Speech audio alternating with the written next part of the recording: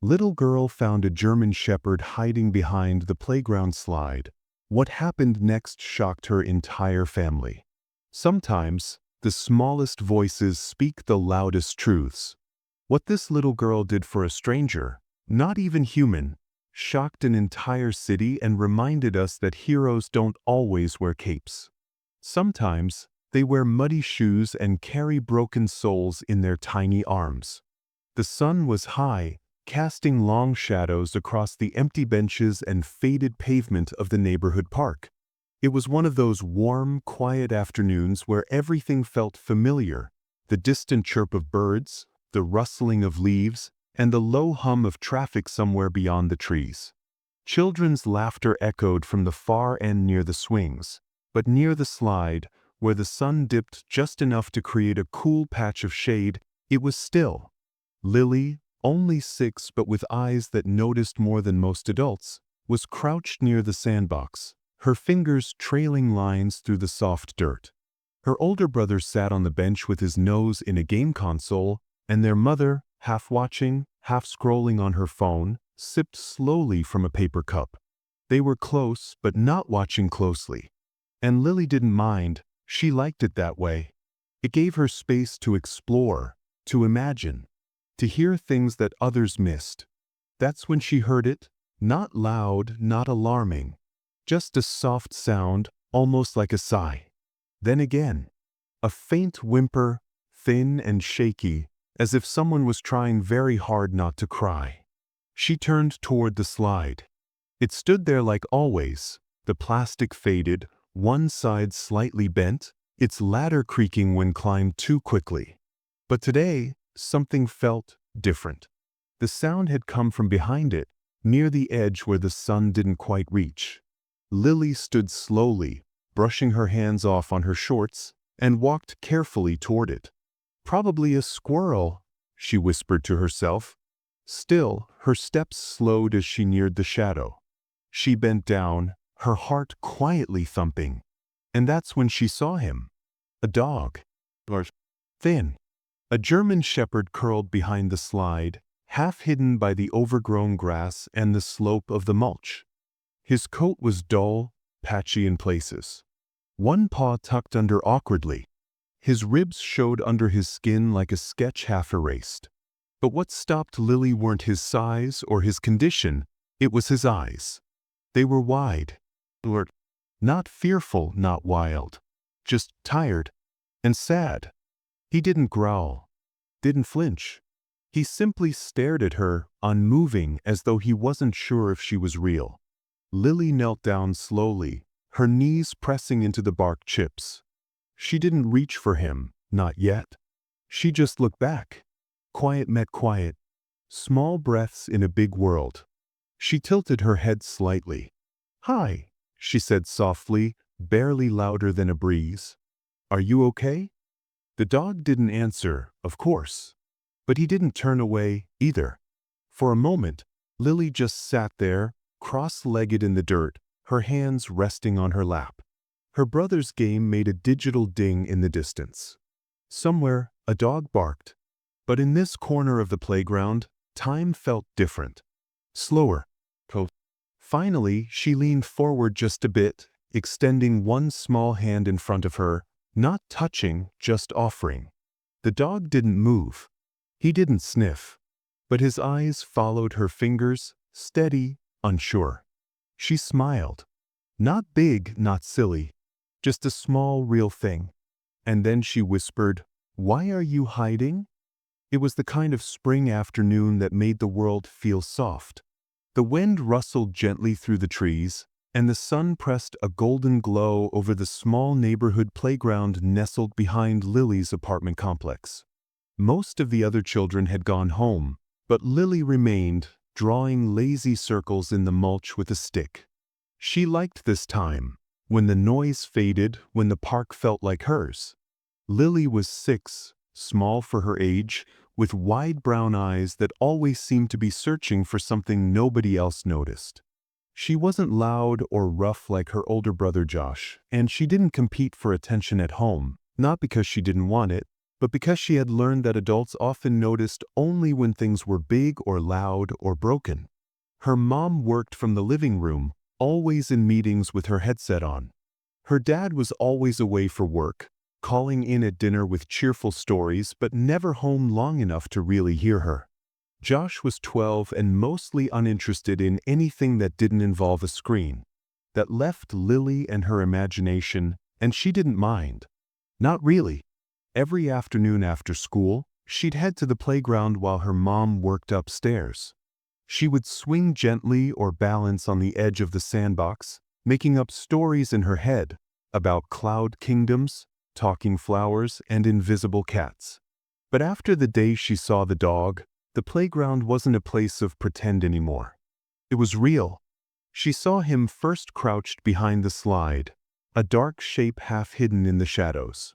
Most kids would have run or shouted, but Lily had only stared. The dog didn't growl or bark. He had simply looked back at her with eyes full of something she didn't quite understand yet. Fear, yes, but also something deeper. Something like waiting. She returned the next day, eyes scanning the corners of the playground before she even touched a swing. And there he was again, still watching, as if he hadn't moved at all. Her heart beat faster, but not with fear. That day she didn't speak to him, just sat nearby on the slide, humming a tune under her breath and pretending not to peek at him every few seconds. He never came closer, but he never left. It became a pattern. She began bringing bits of sandwich from her lunch, holding them gently in her small hand as she approached. He never took the food from her directly, but when she walked away, she'd glance back and see it was gone. She named him Ranger because he reminded her of the brave dogs she saw once in a cartoon, the kind that waited in shadows to protect someone. One evening at dinner, she finally told her family. "There's a dog behind the slide," she said, carefully twirling spaghetti on her fork. "He's hiding. He's not mean. He's just lonely." Her mom didn't look up from her phone. "Honey, it's probably just a stray. You shouldn't get too close." Josh snorted. "Or it's just your imaginary dog friend, like the flying turtle last month." "I didn't make him up," Lily said quietly. Her dad's voice crackled from the speakerphone on the table. "Sweetie, be careful, all right? Stray dogs can be dangerous." Lily looked down at her plate, her appetite fading. No one believed her. No one saw what she saw. But she knew what she'd felt when Ranger had looked at her, a wordless, soft kind of trust. Like he was hoping she might come back. That night, she couldn't sleep. She lay in bed staring at the glow-in-the-dark stars on her ceiling, her stuffed bunny tucked under her arm. The room was quiet except for the low hum of the fridge down the hall. Her thoughts drifted back to the dog, the way he hadn't flinched, hadn't barked, hadn't run. She whispered into the dark. He looked scared, not mean. It wasn't a protest. It was a promise. Lily started saving parts of her lunch. At first it was just a crust of bread, something she thought she wouldn't miss. Then a slice of cheese folded carefully into a napkin. Later, even the apple slices she usually loved. She would count them in half, leaving just enough to feel full, and tucking the rest into her coat pocket with quiet purpose. Every day after school, while her mom thought she was just swinging or digging in the mulch, Lily would walk behind the slide like it was part of her own little ritual. And every time, the dog was there. He didn't run anymore. He still didn't come close, but he watched her, steady and quiet, like he was memorizing her. When she placed food down and walked away, he would wait. Sometimes he waited until she sat back on the swing before he approached it. But she never looked directly. That was the rule her heart had decided on. Let him feel safe, let him stay in control. She started calling him Ranger. Not out loud at first, just in her head. It sounded right. He looked like a protector, even if right now he was the one needing protection. The name became her secret word, something she whispered into the wind when she played alone. "It's okay, Ranger. she'd say. "I'm here." One day, the sky turned gray too early. Clouds rolled in heavy and slow, and thunder mumbled from the distance. Her mother said rain was coming and told her to stay inside after school. But Lily couldn't stop thinking about him. She pictured Ranger alone in that corner behind the slide, the sky opening over his thin back, the mulch turning to mud beneath him.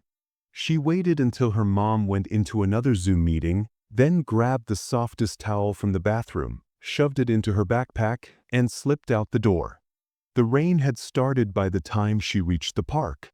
It wasn't heavy yet, just enough to make the swings slick and the air smell like wet earth. She ran across the puddled sidewalk, her sneakers slapping water as she crossed the empty playground. Behind the slide, just as she feared, was Ranger, curled tightly, his fur soaked, his body shivering. She didn't speak. She crouched low and pulled the towel from her bag, holding it like an offering. When she got closer, she stopped and knelt. Ranger lifted his head, water dripping from his ears. His eyes weren't scared, just tired, like he had expected this moment, expected no one to come. Lily moved slowly, gently. She unfolded the towel and draped it over his back.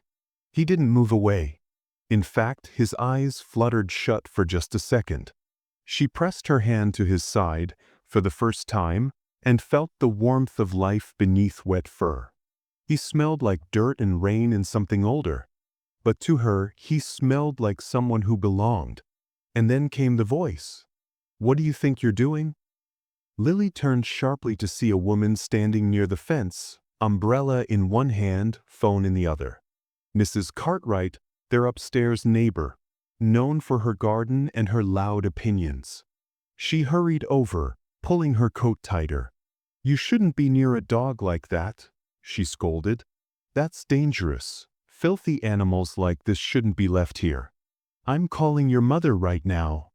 Lily's heart sank. Ranger didn't move, just shrank slightly into the mulch, the towel drooping off his back like a surrender flag. "I was helping him," Lily said, her voice small but steady. "He could bite you. Do you know what kind of diseases?" But Lily had already stood up, her hand still on Ranger's back. "He's not mean. He's just scared." That didn't stop Mrs. Cartwright from dialing. 10 minutes later, her mother arrived in a storm of her own. Wet hair, furrowed brows, breath sharp from rushing. "Lily, what were you thinking? You can't just run off like that. And this dog, what if it hurt you?" Lily didn't cry. She didn't argue. She just looked up at her mother with wide, clear eyes. "I had to go," she said quietly. "He was cold. He was waiting."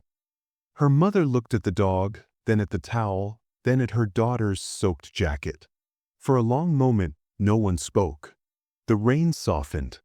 Ranger stayed still, his body half wrapped in kindness. It was the first time Lily's mother really looked at him, not just as a stray, but as something else.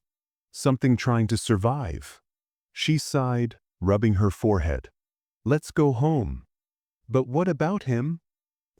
"Who will talk about it?" As they walked away, Lily glanced back once. Ranger hadn't moved, but he was watching, waiting still. The house was quiet that night, but not in a peaceful way. It was the kind of quiet that settled between people when something heavy lingers unsaid. Lily sat at the edge of her bed, still in her school clothes, legs swinging above the floor, hands clutching the sleeves of her sweater. She had barely said a word since coming home. Her mother hadn't yelled, but her voice had carried the weight of worry and fear. "You can't just run off like that, Lily. That dog could have hurt you. You don't know where he came from." But Lily did know something, something no one else seemed to understand, that the dog wasn't dangerous. He was lost. Tears had come later, after dinner. She tried to hide them, but her brothers saw. Josh, usually wrapped in his own world of games and noise, watched her silently from the doorway. He wasn't used to seeing her like this, so still, so sad. And somehow, that changed something. The next afternoon, Josh followed her. He didn't tell her he would. He just showed up behind her as she slipped through the apartment gate, her hands cupped around a small sandwich wrapped in foil. She was halfway down the sidewalk when she heard his footsteps. "You're going again, huh?" he said. Lily didn't answer at first. She didn't have the energy to convince anyone anymore. But Josh didn't mock her like before. He walked beside her quietly, letting the silence do the explaining. When they reached the park, Lily moved quickly toward the slide, and there he was. The dog was curled in the same spot, resting his head on his paws. His ears twitched as they approached, but he didn't lift his head. His ribs still showed, his fur still dull, but his eyes, they softened when they saw her. Josh stood behind Lily watching. "Whoa," he whispered. "He's actually real." Lily didn't smile. She only knelt, unwrapped the sandwich, and placed half of it gently on the ground. She sat cross-legged a few feet away, just as she always did.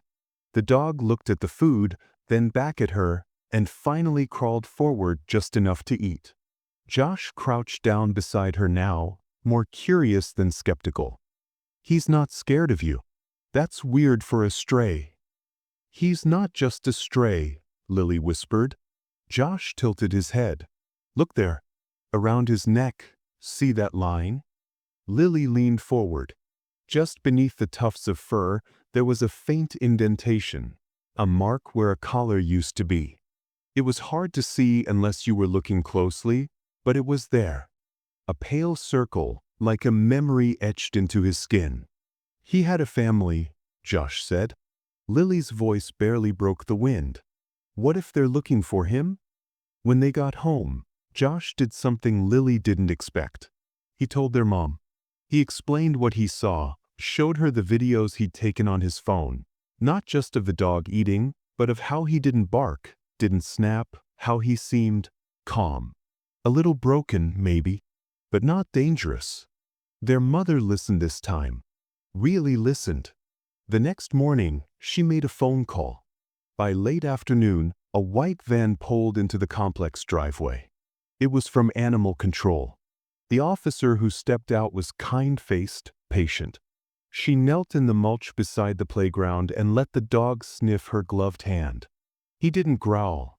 He didn't move much either, but he let her approach. She pulled out a small handheld device and ran it gently along his shoulder. Then came the beep. Lily held her breath.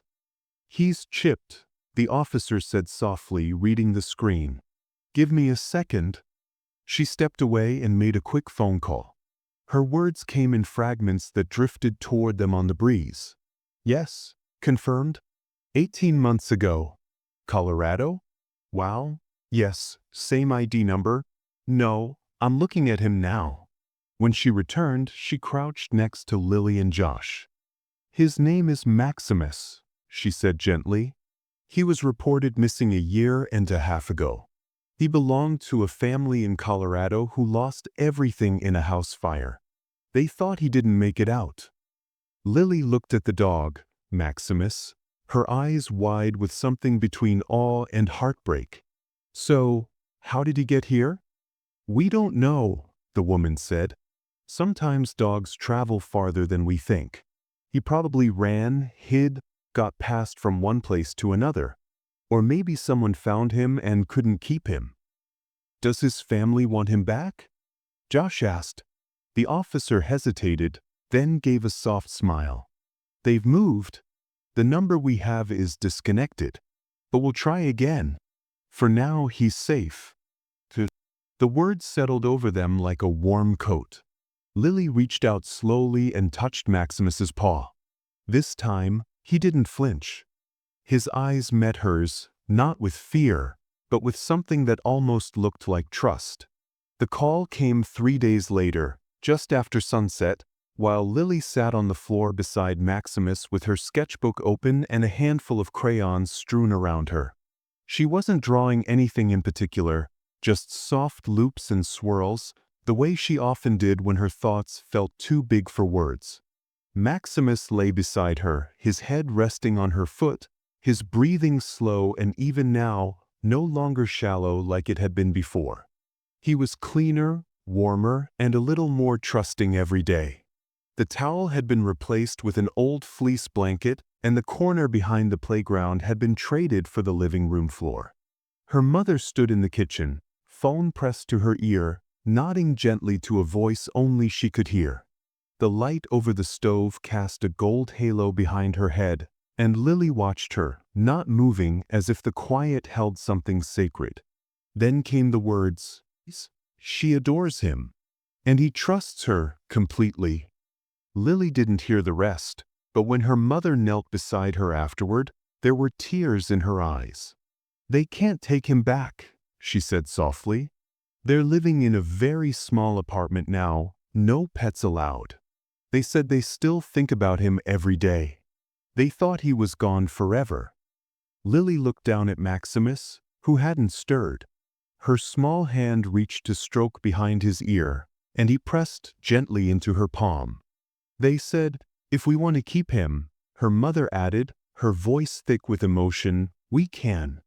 For a long second, Lily didn't say anything. Then she smiled, not just a polite smile or the soft one she gave when trying to be brave, but a real, full smile, the kind that lifted her whole face, the kind that hadn't come easily in a long while. Her mother kissed her forehead and stood to call the vet. There was still a lot to do. But something had settled in the house now, something Lily hadn't even realized was missing. The next day, Lily's dad returned from his work trip. His suitcase hit the floor by the door, and his voice called out, cheerful as always, "Where's my crew?" But when he stepped into the living room and saw the dog stretched across the rug, Lily curled up beside him, both of them blinking in the golden afternoon light, the words caught in his throat. Lily sat up.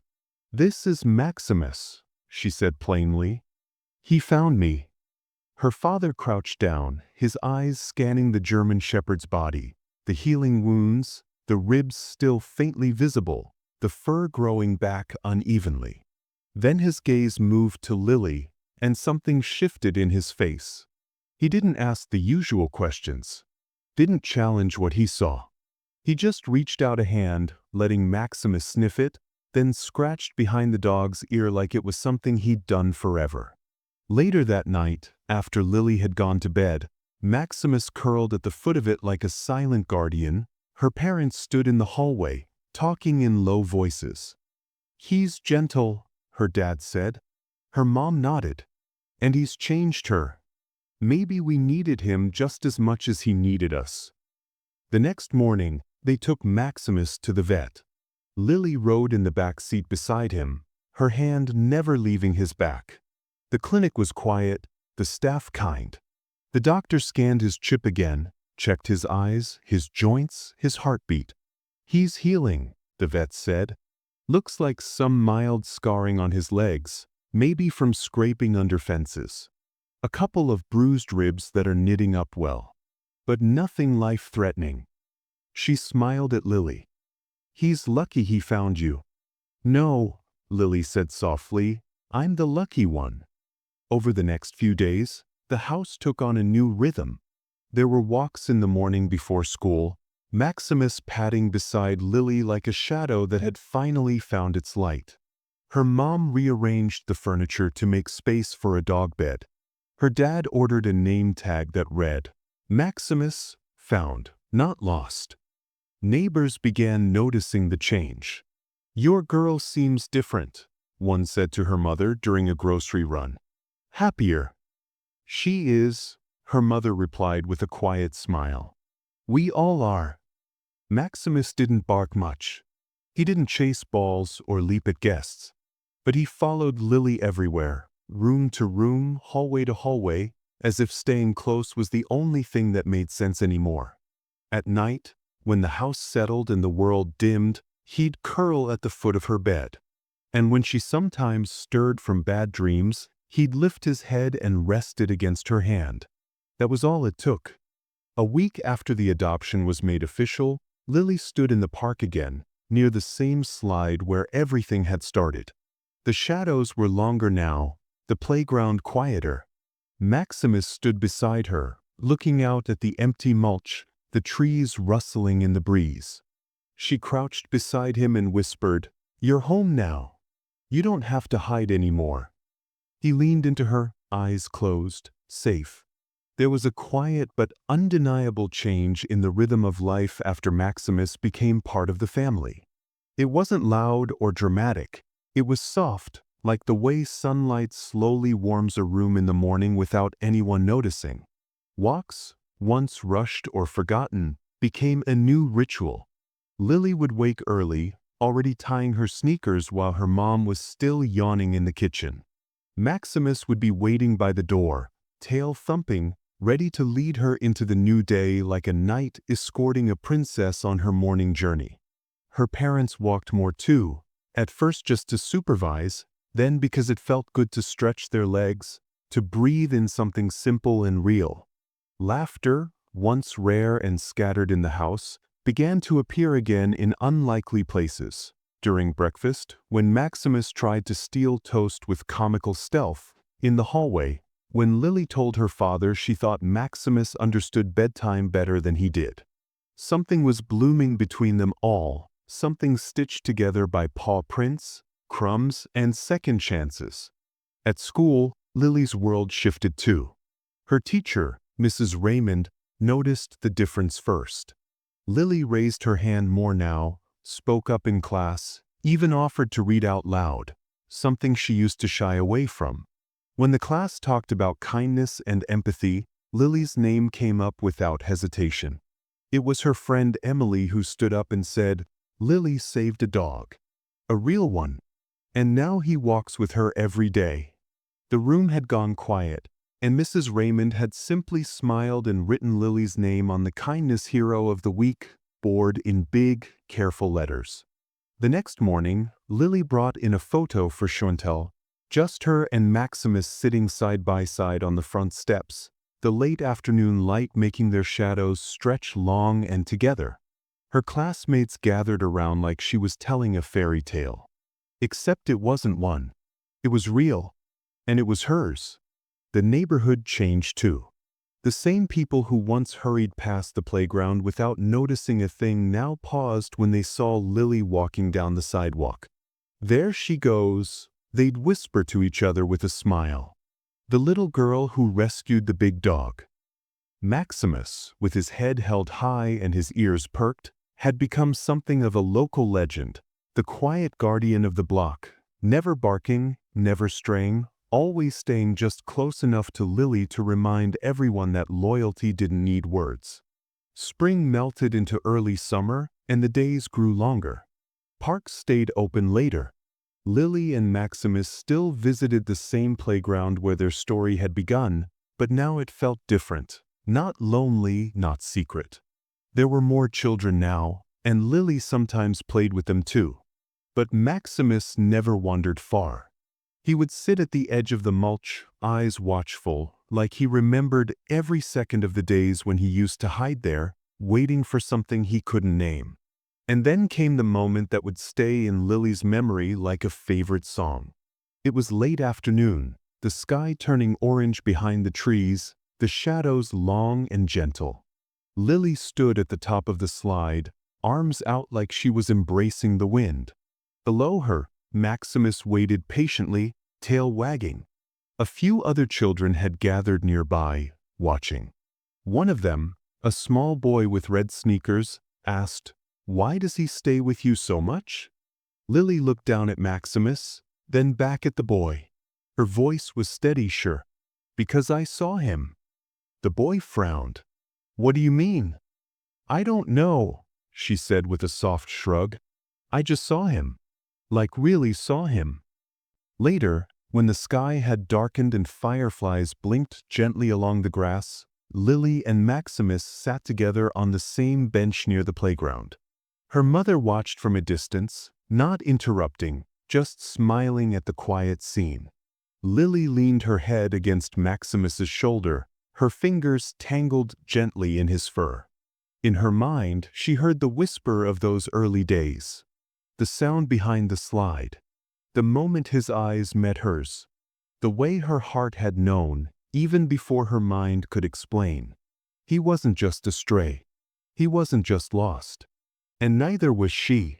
In a voice barely louder than a thought, she whispered, "You weren't lost at all, were you?" Maximus let out a soft sigh and leaned into her. Voiceover style, the story would end with something simple, something true. He wasn't lost. He was waiting for someone to see him. And she did. It's the connections we don't understand that make life so remarkable. If this story touched you, share your thoughts below. Don't forget to like, share, and subscribe for more heartwarming stories. Until next time, stay curious and never stop believing.